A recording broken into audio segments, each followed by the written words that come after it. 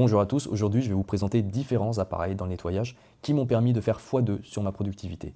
Aujourd'hui je travaille aux environs de 15 heures par semaine pour un revenu mensuel de 6 000 euros et mon but avec cette vidéo c'est que vous trouviez des appareils, des outils pertinents pour vous qui vont vous faire x2 sur votre productivité, vous économiser du temps, vous économiser de l'énergie, vous allez pouvoir enchaîner sur une seule et même journée plein de petites prestations qui va avoir forcément un impact sur votre chiffre d'affaires. Ok, on commence tout de suite avec l'appareil que j'ai maintenant depuis 3 ans et que j'utilise tout le temps aussi intensément, c'est cet aspirateur à batterie. Voilà.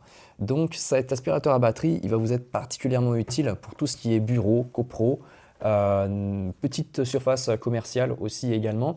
Pourquoi? Parce qu'elle va être plutôt pratique pour passer sous les meubles, sous les bureaux, etc. sans la friction du fil en fait. Rien de plus désagréable d'un fil qui se prend dans un recoin et qui est bloqué, où on arrive au bout du fil et il nous reste 3 mètres carrés à nettoyer, à aspirer, mais on ne peut pas, il faut se débrancher puis se rebrancher quelque part. Avec ça, du coup, vous n'avez plus de problème. Aussi, d'un point de vue transportabilité, il n'y a rien de plus facile. Donc, ça se démonte et ça se met littéralement dans un sac à dos. Moi, c'est ce que je fais quand j'ai des petites surfaces à nettoyer en centre-ville. Je ne prends pas ma voiture, je prends un Vélib, cet aspirateur dans le sac à dos et voilà, c'est fait très rapidement. C'est comme ça que je peux vraiment enchaîner les prestations à la suite, à la chaîne. Il existe aussi plein d'autres types d'aspirateurs à batterie. Là, en fait, on est sur un aspirateur, c'est une marque chinoise, c'est en gros une sorte de copie du modèle Dyson. N'achetez pas Dyson, hein, franchement, c'est très très cher pour ce que c'est. Ça fait parfaitement l'affaire. Comme je vous le dis, ça tient très longtemps. J'ai oublié de mentionner, voilà, vous avez une petite une petite brosse à la buse, ce qui va être très pratique pour nettoyer tout ce qui est tapis et même un petit peu moquette, puisque vous allez avoir une action mécanique supplémentaire. Les aspirateurs classiques sans brosse, c'est bien, ça aspire bien, mais vous n'allez pas avoir cette petite brosse qui va venir chercher la saleté au cœur des fibres de votre moquette. Et donc ça, c'est un petit plus aussi supplémentaire qui n'est pas négligeable. Et donc, on est sur une marque chinoise, ok. Le plastique, c'est vrai, il fait un petit peu cheap, mais tout ce qui est mécanique et électronique, ça fonctionne parfaitement. La batterie, elle tient toujours aussi bien, ça fait 40 à 50 minutes. J'en ai acheté une deuxième au cas où, mais bon, j'en ai même pas besoin à vrai dire. Donc, elle fait parfaitement l'affaire. Il y a d'autres aspirateurs à batterie beaucoup plus performants, comme le Numatic, qui est un aspirateur dorsal à batterie. Donc, il se met littéralement sur le dos et puis après, voilà, c'est un manche normal, tout ce qu'il y a de plus classique chez un aspirateur. Par contre, le prix n'a rien à voir. Sur celui-ci, on est sur, je l'avais payé, il me semble, 160 euros. Je ne vous recommande pas d'aller en dessous de cela, hein, voilà, restez entre 150 et 250 euros pour un bon aspirateur à batterie, il faut qu'il vous tienne la route. Les personnes que j'accompagne, ils ont l'évolution de cet aspirateur qui a une autonomie encore plus élevée, qui dépasse l'heure de fonctionnement en éco-mode. Mais voilà, l'aspirateur pneumatique dorsal, là c'est tout de suite plusieurs centaines d'euros. J'en ai en plus pas encore l'utilité. Pour l'instant, je n'ai pas encore envie d'investir dans ce matériel-là. Celui-ci me convient très bien, parfaitement. Mais bon, voilà, si c'est vrai qu'un jour j'ai de plus grandes surfaces commerciales, je prendrai le pneumatique, l'aspirateur dorsal. Voilà, comme ça au moins je serai plus embêté, j'aurai une encore plus grande productivité. Évidemment, bon, je continue à utiliser des aspirateurs filaires, mais j'ai quand même des assez gros critères. En fait, moi j'ai besoin, par exemple, je fais des entrepôts où c'est de grands sites où il va y avoir disons un bureau d'un point A et un autre bureau qui est au point B, mais il y a 100-150 mètres de distance entre les deux. Il me faut quelque chose qui soit vraiment très léger, confortable à prendre en main. Donc celui-ci, c'est le Karcher T7.1, il fait 3 kg. C'est vraiment rien du tout, c'est ridicule. Et il a une très bonne force d'aspiration, même s'il est compact et petit. Et il est aussi relativement peu bruyant. Et ça, c'est un gros plus pour le nettoyage de bureau. Et même à la fin de la journée, on n'a pas une tête comme un melon. Donc c'est vraiment très agréable de travailler avec celui-ci. Il est robuste, c'est la marque Karcher. Karcher, je pourrais détailler un petit peu. Alors, les anciens vous diront que Karcher, c'est pas une marque voilà, professionnelle, c'est pour les particuliers. C'est un petit peu vrai. Pour moi, c'est du semi-professionnel. En fait, Karcher, bon, ils vont faire des produits relativement accessibles d'un point de vue prix, qui a une très bonne qualité, hein, voilà, c'est pas le souci. Par contre, là où ils vont être moins performants, c'est déjà un petit peu sur le service après-vente, je trouve. Il y a d'autres marques qui ont un bien meilleur service après-vente. Et ils vont en fait, si c'est pas très cher au début le prix d'achat, sur les consommables et les extensions, on va dire c'est beaucoup plus cher. Je vous donne un exemple. Sur cet aspirateur, j'ai voulu acheter la buse en biseau, voilà, qui fait une petite fente pour aller nettoyer les encadrements, etc. 20 euros. Voilà, 20 euros ce petit bout de plastique. J'ai trouvé ça littéralement hors de prix. C'est-à-dire que j'ai payé quasiment 20% du prix de cet aspirateur pour une petite buse. Ça n'a aucun sens. Donc, et pareillement pour les sacs aussi d'aspiration, les sacs Karcher, utilisez voilà, toujours des sacs hein, pour ces aspirateurs. Si vous n'utilisez pas de sac, franchement, vos aspirateurs ils vont pas avoir une très longue durée de vie. Donc les sacs d'origine, les sacs Karcher sont hors de prix. Donc moi, ce que je vous recommande, eh bien, utilisez d'autres sacs d'aspiration plutôt universels. Moi, je suis honnête, je vais à Action. Voilà, ils ont des sacs universels qui font parfaitement l'affaire, qui font le même job, qui ont la même capacité filtrante que le sac Karcher, sauf que c'est 5 fois moins cher. Donc ça vaut largement plus le coup. Toujours dans la gamme Karcher, après je voulais vous montrer, je ne vais pas trop m'attarder dessus, mais quand même la Puzzi 8.1 qui est un injecteur extracteur, une shampooineuse. Voilà, bon, c'est pour les nettoyeurs de canapé, mais quand même il existe plein d'autres shampooineuses, mais celle-ci elle est vraiment très efficace et relativement puissante pour un prix abordable et surtout ben, elle est très compacte. Vous avez aussi la Puzzi 10.1 mais qui là est déjà un petit peu plus grande et plus encombrante. Non, celle-ci, la 8.1, franchement, elle se met très bien dans un coffre de voiture. Elle est très agréable à utiliser. Elle a un seau qui fait office de bac aux salles, qui est aussi utilisable facilement pour mettre de l'eau dans le bac à eau propre. Enfin, tout est vraiment bien pensé sur cette machine, donc je ne peux que vous la recommander. Maintenant, on peut passer à une autre machine qui va plutôt être adaptée, pas pour les entretiens, mais pour les remises en état. J'ai pas voulu vous la porter ici parce qu'elle est très très lourde. Il s'agit de la Monobross. J'ai une Monobross CleanFit R44 Duo Speed, donc elle peut faire basse vitesse et haute vitesse. Bon, 80% des cas, c'est pour de la basse vitesse. C'est ultra rentable, le rendement d'une monobrosse est exceptionnel. C'est une machine, la monobrosse qui existe maintenant depuis des décennies, hein, ça a peut-être 50 ans si ce n'est plus. Et pour tout ce qui est remise en état, donc shampoing, décrassage d'un sol ou juste parfois hein, pour les nettoyages de fin de chantier, comme j'ai pu vous le montrer sur cette chaîne, ben voilà, il vous faut une monobrosse. Ça peut traiter un gros volume de surface en rien de temps. C'est pour ça que voilà, enfin, vous n'allez jamais voir sur un fin de chantier si ça existe encore des gens qui sont juste au manche à balai et qui essaient de récurer un endroit. Non, franchement, ça prend beaucoup trop de temps.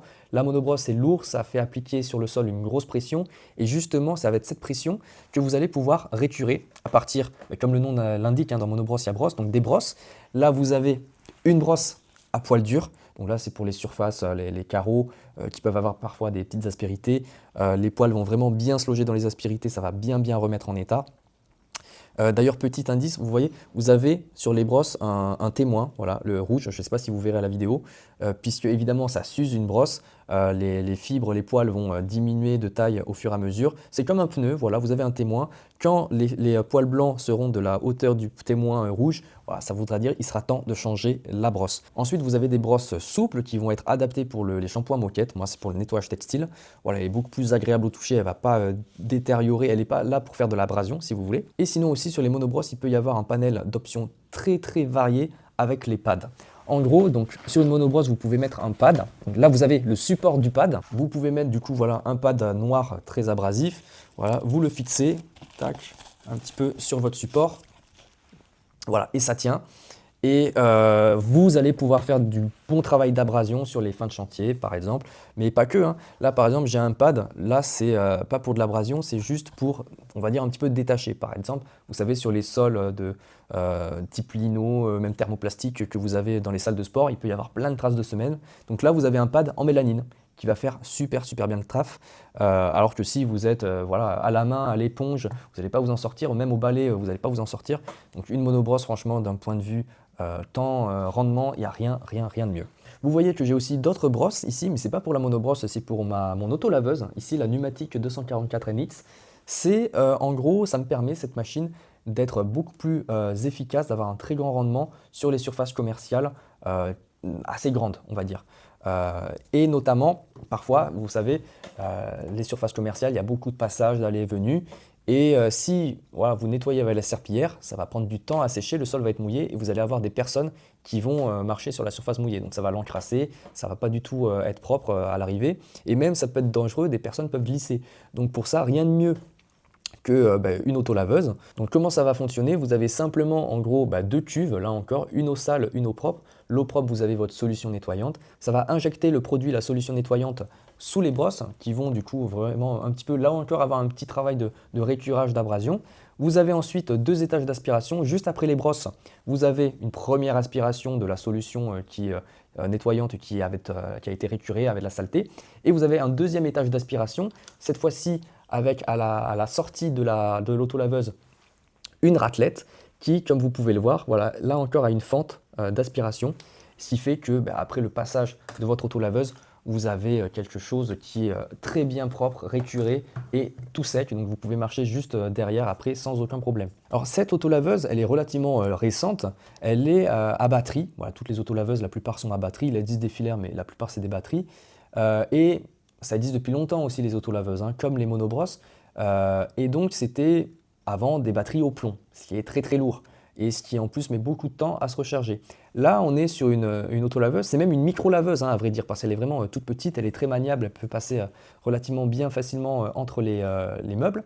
Et elle a celle-ci une batterie au lithium, ce qui est beaucoup plus léger et ce qui se recharge vraiment beaucoup plus rapidement. Donc là encore, un gain de temps phénoménal.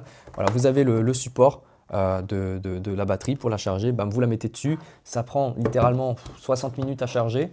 Et encore, je crois que la première demi-heure, ça charge à 80%, donc c'est juste phénoménal. Et ça dure très longtemps, quoi, hein. Moi, je suis, franchement, ça tient largement 1 heure, le nettoyage avec cette micro-laveuse, donc c'est très pratique. Et d'ailleurs, cette batterie, elle est totalement compatible avec l'aspirateur à batterie que je vous ai parlé, l'aspirateur dorsal.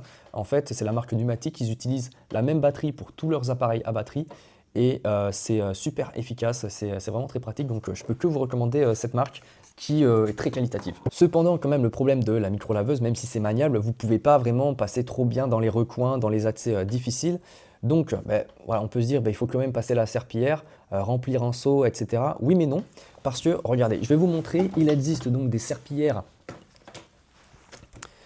tout en un qui, celle-ci en fait, possède déjà un petit réservoir. Donc là, je mets ma solution nettoyante. Vous avez ici le spray. Donc vous avez simplement à actionner la gâchette et ça va venir pulvériser votre solution nettoyante. Et après, du coup, vous avez tout simplement votre petite microfibre. Donc c'est ultra pratique. Vous pouvez juste simplement passer dans des petits recoins. Vous n'avez pas besoin de tout remplir un gros seau, etc. Donc là, c'est un gain de temps phénoménal, là encore. Mais ce n'est pas adapté pour les grandes surfaces commerciales. Évidemment, c'est quand vous avez très peu de surface à traiter, puisque forcément, votre microfibre, elle va être encrassée relativement rapidement. Ok, ensuite pour les laveurs de vitres, j'ai quelque chose qui est phénoménal d'un point de vue productivité.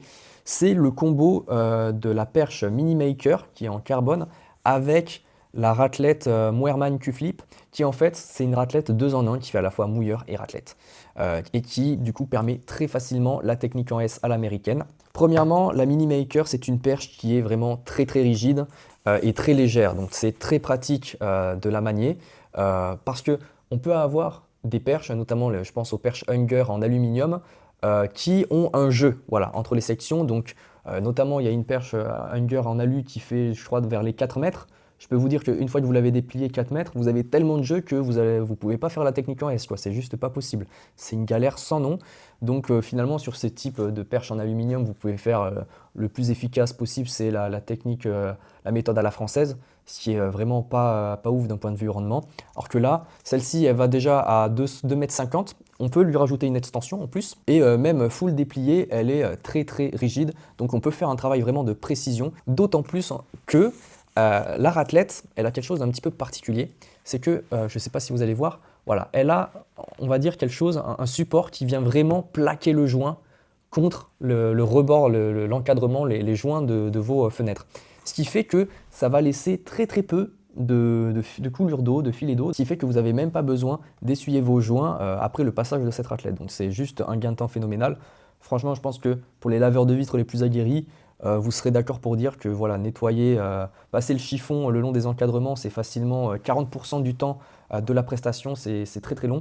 Avec ça, vous n'avez pas de problème, vous gagnez du coup littéralement 40% de productivité et même plus avec du coup la raclette qui est 2 en 1, vous gagnez voilà, franchement 60 à 70% de temps que si vous étiez resté avec la méthode à la française. Écoutez, on a fait le tour des outils, des appareils qui vont grandement vous simplifier la vie dans votre activité de nettoyage. Activité que si vous souhaitez lancer ou même développer, vous savez que vous avez le lien en description pour faire un audit avec moi. On passe en revue votre situation. Je vous fais une roadmap personnalisée pour atteindre les 6 000 € par mois de revenus avec des contrats récurrents B2B chez les professionnels. C'était Olivier Delors, je vous souhaite une très belle réussite, je vous dis à très bientôt, ciao ciao.